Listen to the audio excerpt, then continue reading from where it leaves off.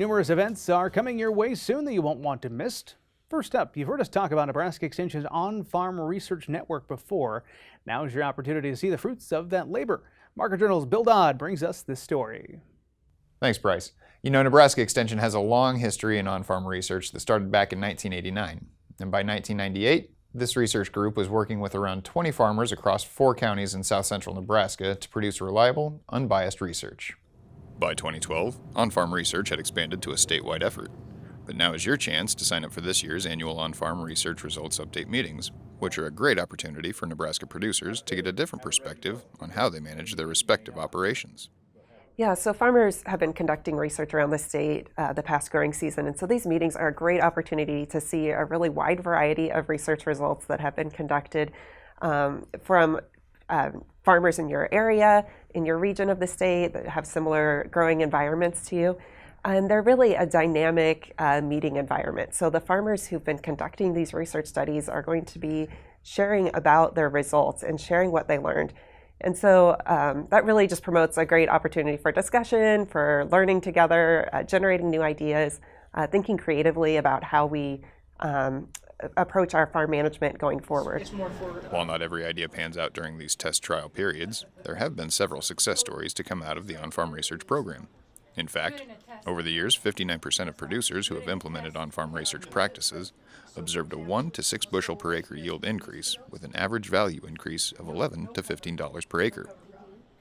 The program has really worked with a huge variety of research topics over the years, and so that's one really fun aspect. You know, as farmers have different ideas, some of those, you know, we've seen producers optimize their soybean planting date, reducing their seeding rates in many cases, evaluating fungicide and insecticide uses, so really trying to optimize their soybean management. On the corn side, we've seen a lot of focus and really great work around nitrogen management. We have some great studies looking at sensor-based or imagery-based fertigation this year that have really been able to save producers a large amount of nitrogen with no yield impact. In some cases, up to 100 pounds of nitrogen with no yield impact. So very positive results, both for the farmer's bottom line, the economics in that situation, as well as the environment, because we're not putting all that extra nitrogen out there. If you'd like to see what's new in on-farm research this year, you have several opportunities to find out in person. Beginning February 20th at the Eastern Nebraska Research Extension and Education Center near Meade, Nebraska, February 21st at the Holiday Inn in Beatrice. Again on February 21st in Alliance, Nebraska at the Knight Museum in Sandhills Center, February 27th at the Holthus Convention Center in York, and finally, the Buffalo County Extension Office located in Kearney, Nebraska on February 28th. There is no cost to attend. However, pre-registration will be required for anyone who plans to attend. All meetings will begin at 9 a.m. local time, with check-in and refreshments beginning 30 minutes prior to each meeting. Be sure to check the Market Journal website for a link to more information and online registration. Next up, UAVs, or unmanned aerial aircraft, better known as drones, have become a common tool for many ag producers. That's why Nebraska Extension is offering a Part 107 drone test prep course through March 6th for those interested in becoming UAV pilots.